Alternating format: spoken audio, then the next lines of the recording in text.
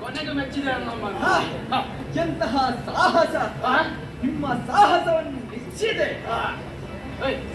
ಯುದ್ಧ ಮಾಡಿ ನಮ್ಮ ಮಟ್ಟಿಗೆ. ಯುದ್ಧ ಬೇಡ. ಯಾಕೆ ಹೇಳು? ಈಗ ನಾವು ಯುದ್ಧ ಮಾಡ್ಬೇಕಾದ್ರೆ ವೈರತ್ವದ ಭಾವ ಇರಬೇಕು. ನನಗೆ ನಿಮ್ಮ ಮೇಲೆ ವೈರತ್ವದ ಭಾವವೇ ಹೋಗಿದೆ. ಒಂದು ಗೌರವ ಪ್ರೀತಿಯ ಭಾವನೆ ಬಂದಿದೆ.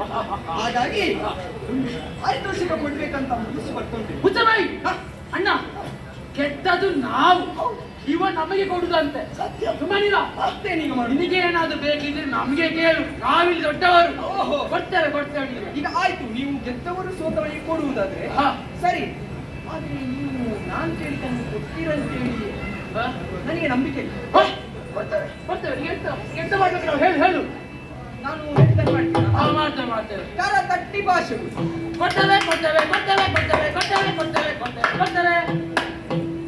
ಹೇಳ್ಬೇಕು. ನನ್ನ ಕರಕ್ಕೆ ನಿಮ್ಮ ಕರವನ್ನಿರಿಸಿ ನಾನು ಕೇಳಿದ್ದನ್ನು ನೀವು ಕೊಡ್ತೀವಿ. ಹಾಗೆ ನಿನಗೆ ಏನು ಬೇಕಾದ್ರೆ ಕೇಳು, ಕೊಡ್ತೇವೆ ನಾವು.